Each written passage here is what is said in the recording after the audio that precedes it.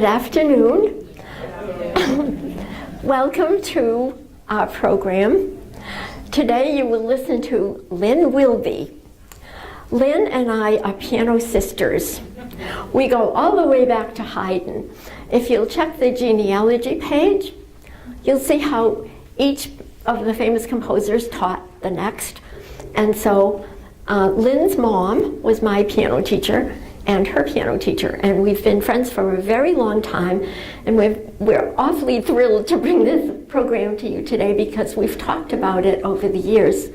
And it's very exciting because today I get to talk about my beloved piano teacher, and Lynn gets to talk about her beloved mom and grandmother who studied with the great composers.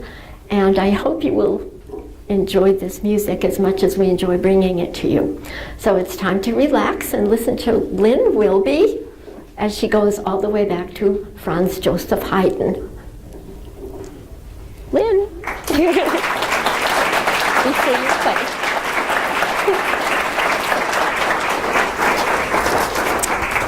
Before she plays, a few facts about Franz Joseph Haydn.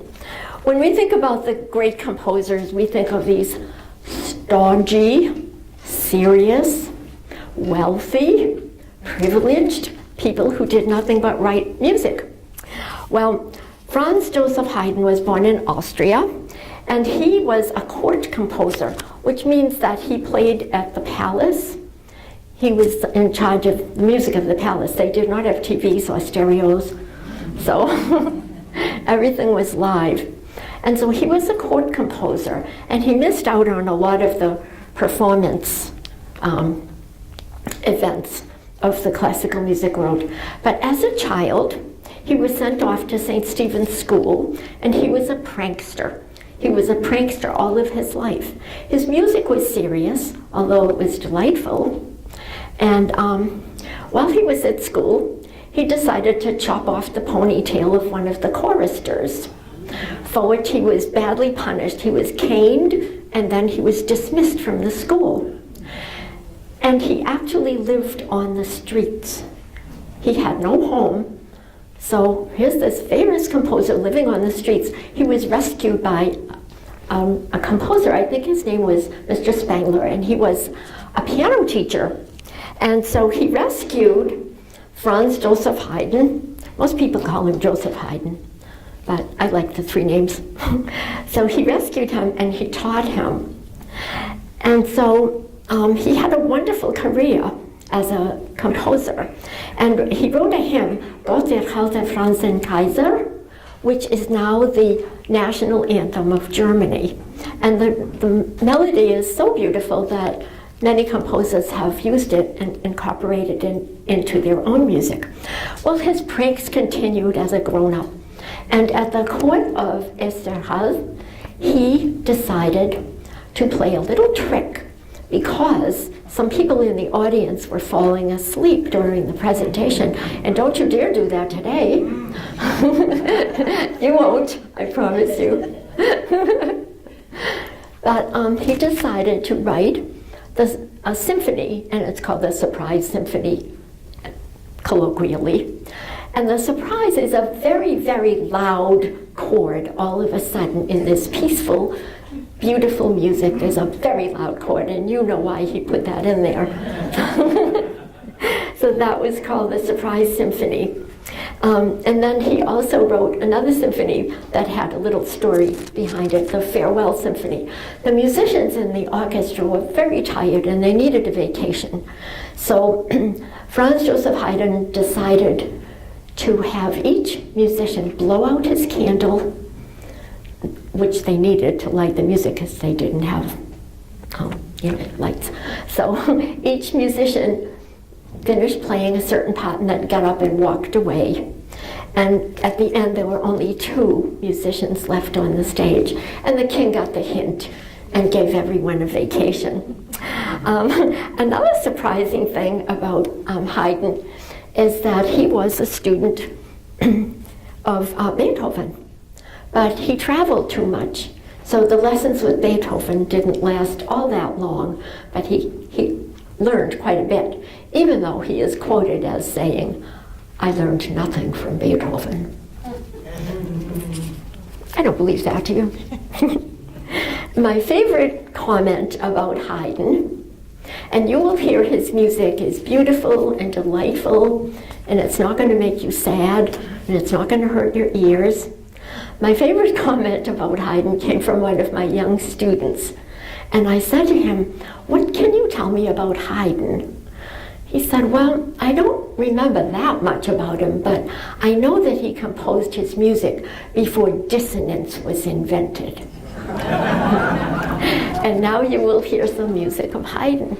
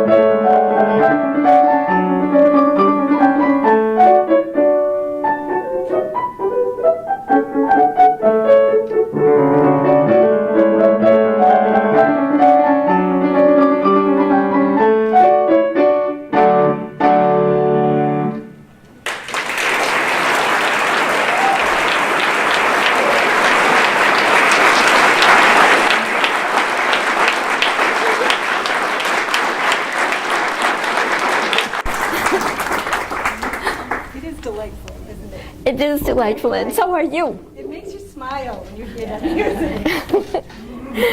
Yeah. Well, now we go to Ludwig van Beethoven. And I'll tell you a secret. That's not his real name. His name is supposed to be Ludwig von Beethoven. But his grandfather, who was Dutch, was trying to raise his social class by lying and saying that their last name was Van, which is the higher class in the Dutch place where he lived. And von is the lower. So when Ludwig van Beethoven went to Austria, he was now a lower class. And what difference does that make? Well, he was engaged in horrible lawsuits with his sister-in-law because his brother died and the sister-in-law was neglectful and abusive of her son Karl, and that was Beethoven's nephew. So they spent many, many hours in court fighting over custody of Karl. And he would have done much better if his name had been von Beethoven, because von in Austria would have been, he would have had access to the higher courts. So there's another little story about Beethoven, and we don't know if it's true, but it seems as though it might be. He was in love with a woman named Therese. He was in love with a lot of different women, but no one wanted to marry him. I think because he was kind of messy, right? Maybe. But he wrote a beautiful marriage proposal, and he sent it off to the publisher, and the title was Für Therese, but they couldn't read his handwriting, and they thought it said Elise. So, could you play a few notes?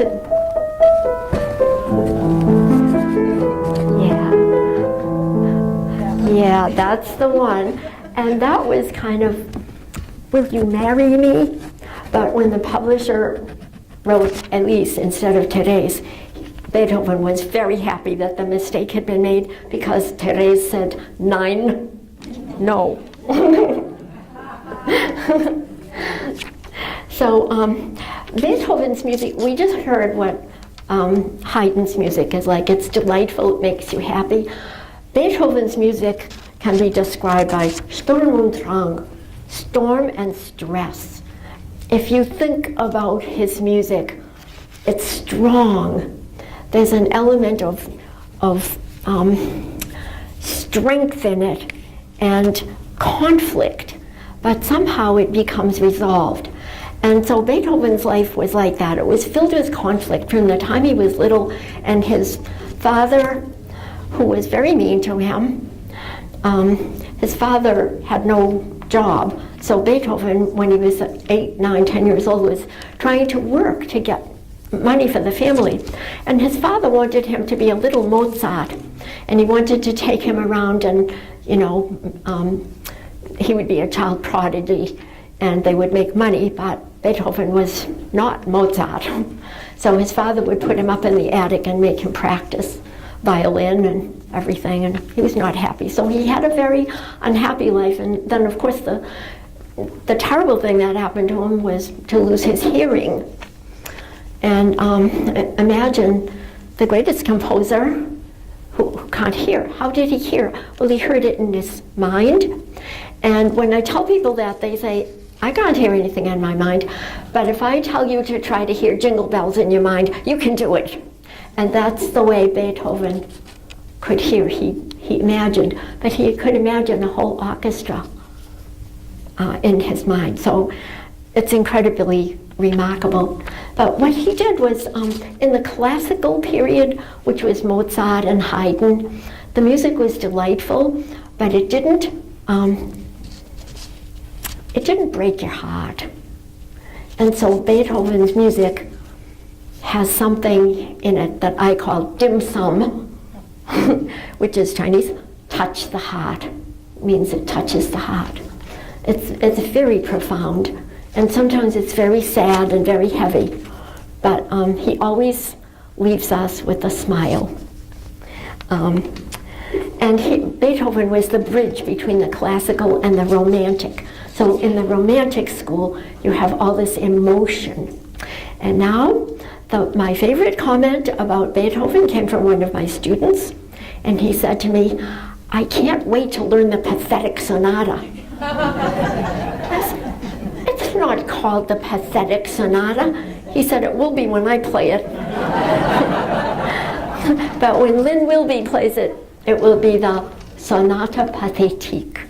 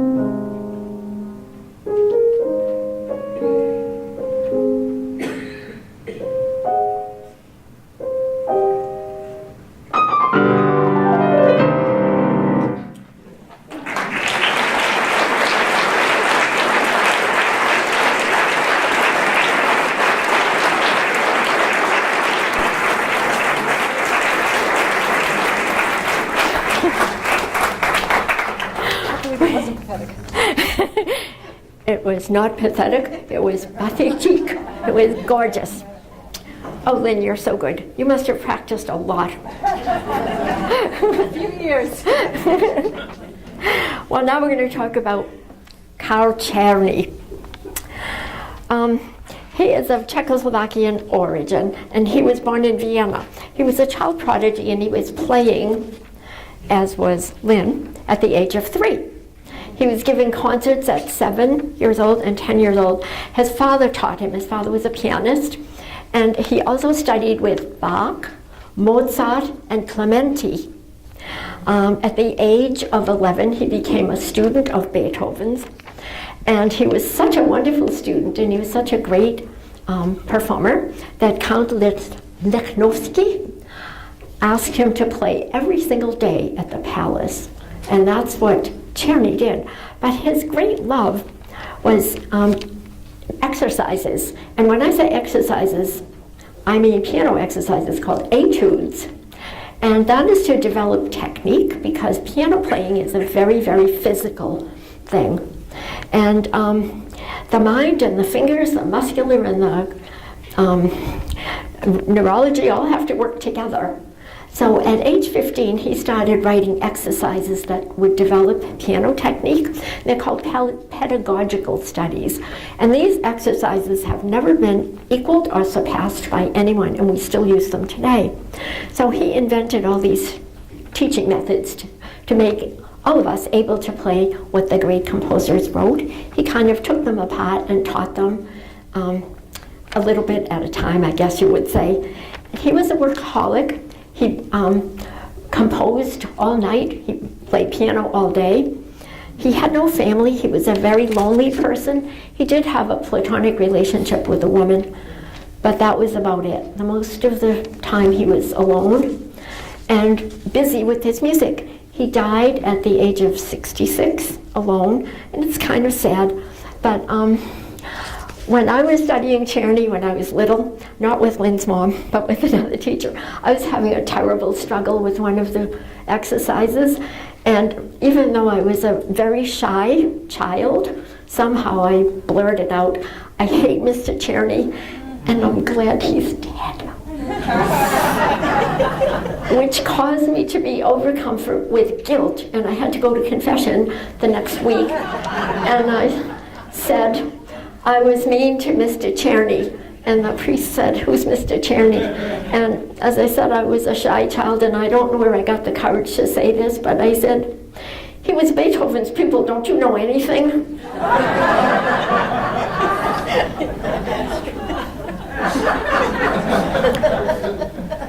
I still suffer from that. But shortly after that, I became a little more mature, I guess, and I started to appreciate Czerny. And when that piano teacher said, "Czerny is your best friend, and someday you will know it," yeah, she was kind of right. So now these are Czerny exercises, right? One for the right hand and one for the left hand. And they're hard to play.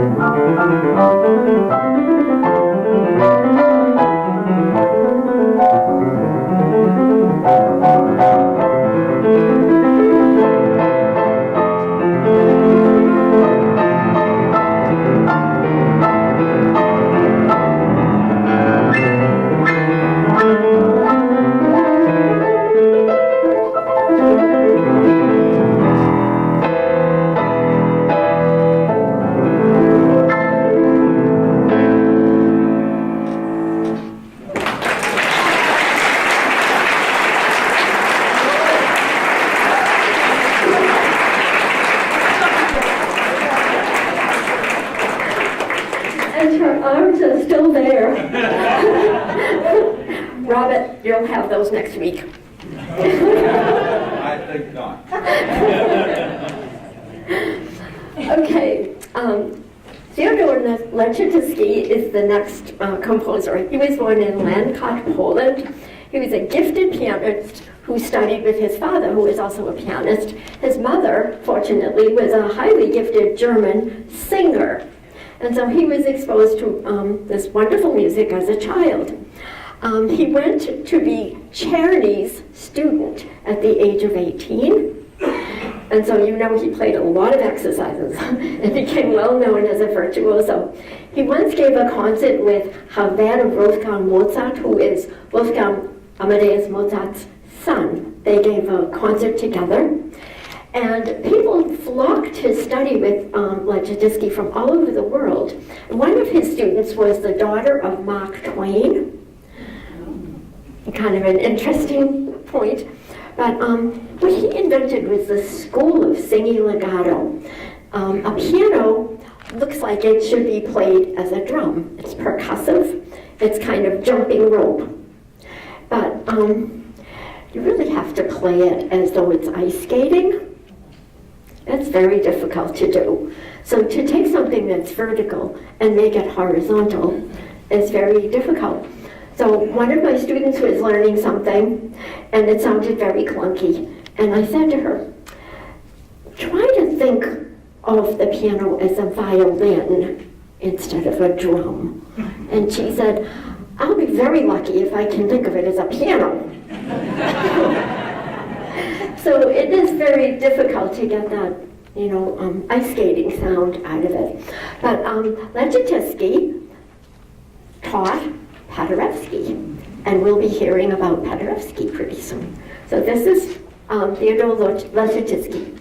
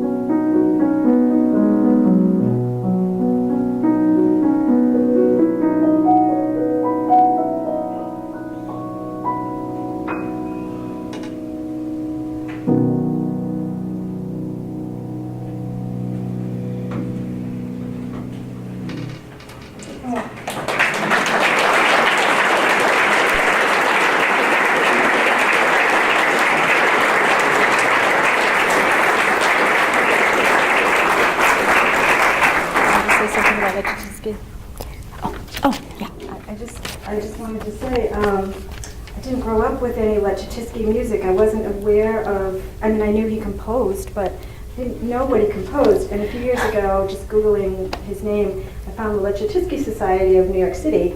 So I contacted them, and lo and behold, they had published a book of his work. So I ordered it right away, and it has, I don't know, about a dozen or 15 pieces in it. So there is music of his out there, and it's all gorgeous. It was hard to choose which one to play. You chose a good one.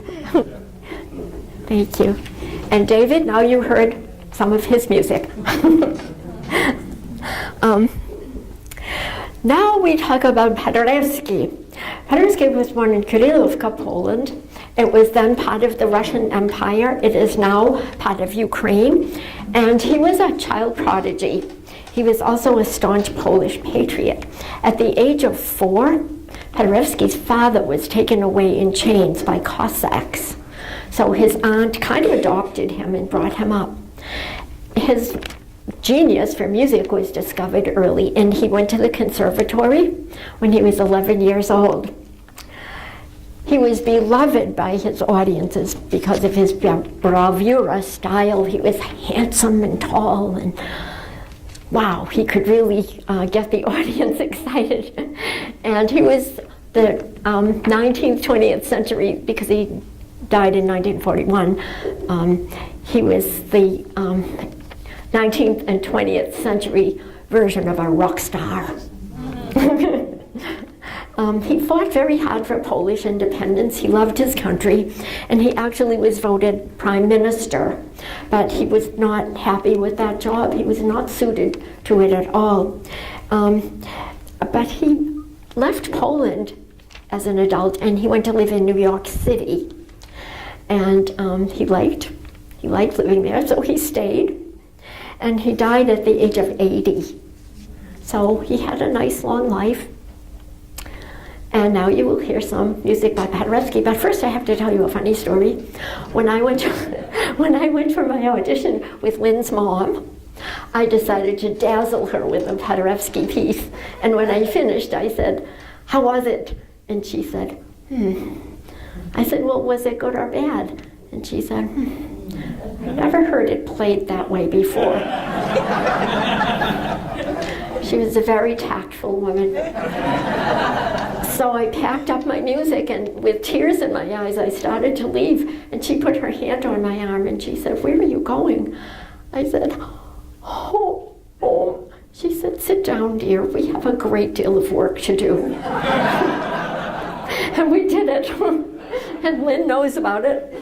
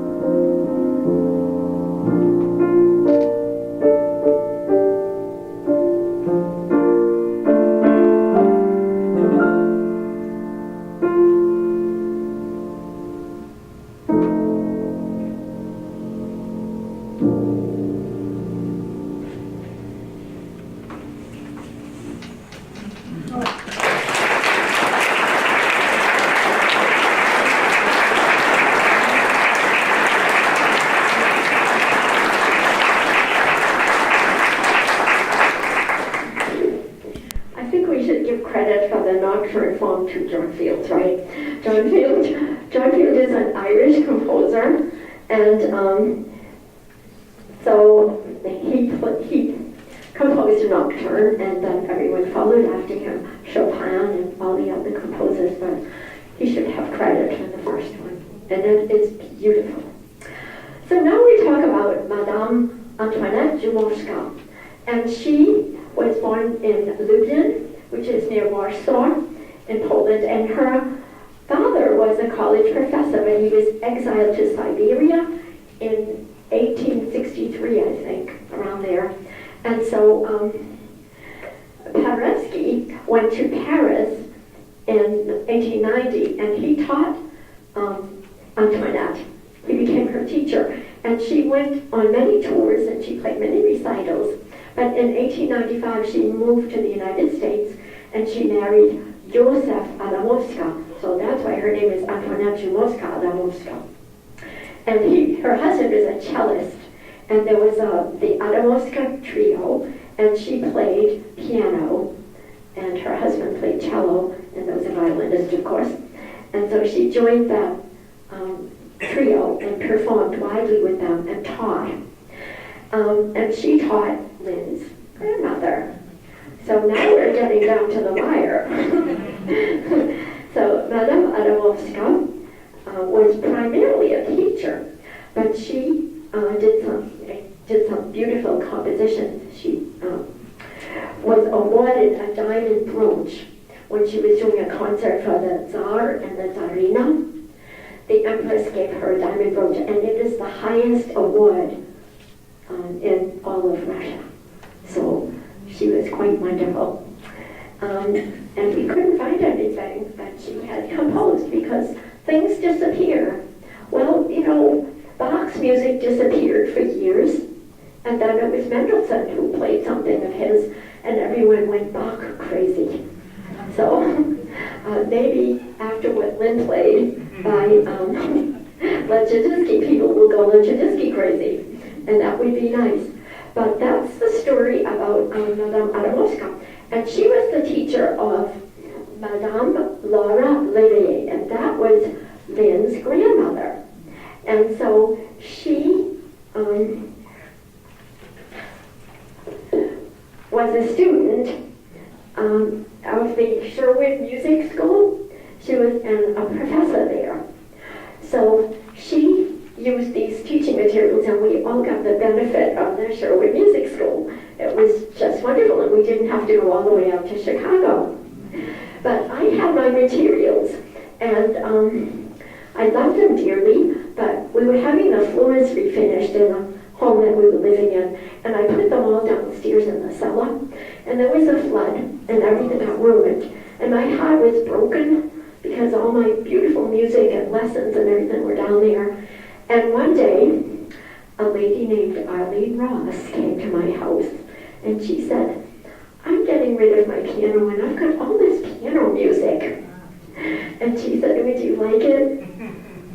And here it is. Well, this is just a tiny bit of it. I could never carry all of it. But it was just a miracle to get it back. So, aren't we lucky? Yeah. So, Lynn's mom composed some beautiful music because she was a teacher and a composer. And I will just tell you one thing that happened when Lynn's mom was playing something. She was playing something by Rachmaninoff, and she said, "I've been working on this." And I was standing next to the piano in her studio, and she started to play it, and it was so spectacular that I forgot to breathe, and I passed out on the floor.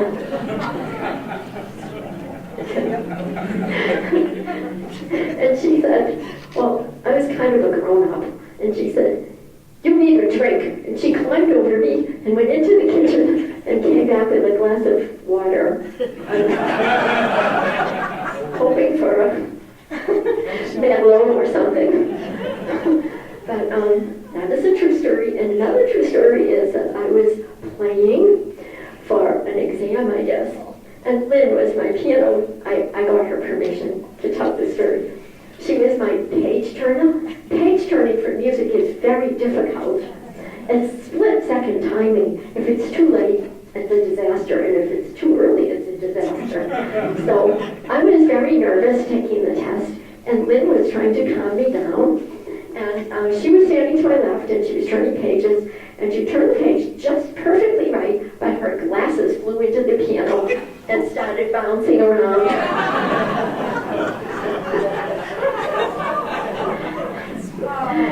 Well, the teacher was very forgiving, and Lynn was very fast. She reached in, grabbed those glasses, and no one would ever be the wiser. So now we're going to hear some beautiful music that Lynn's mom composed.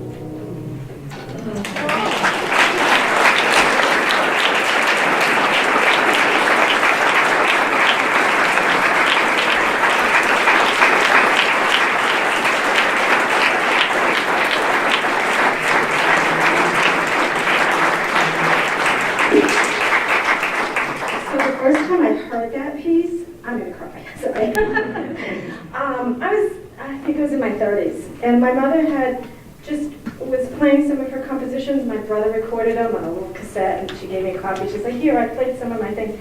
And I played this, and I heard this tone poem, and I just was crying. It was the most beautiful thing I'd ever heard in my life. And I called my mother sobbing, like, why have I never heard this? I'm like, whatever, 30-something. I'm like, how come you've never played this for me? I have never heard this in my whole life. This is the most beautiful. And she was like, oh, I'm glad you like it. So it's still hard for me to play it and not cry. I know. And I'm proud of myself because I didn't cry either when. There's one more. Improvisation. And this is improvisation. We might cry at this one, I don't know.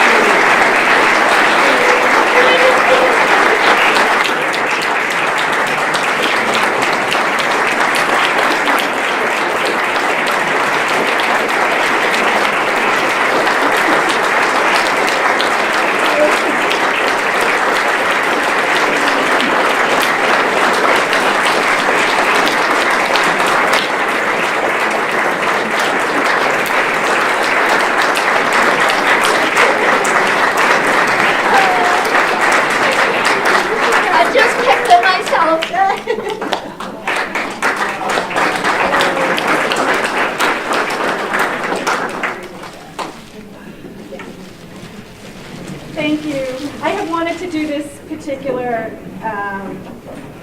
program of compositions, or these composers, for some time. So I appreciate having the opportunity, and thank you so much for being here. And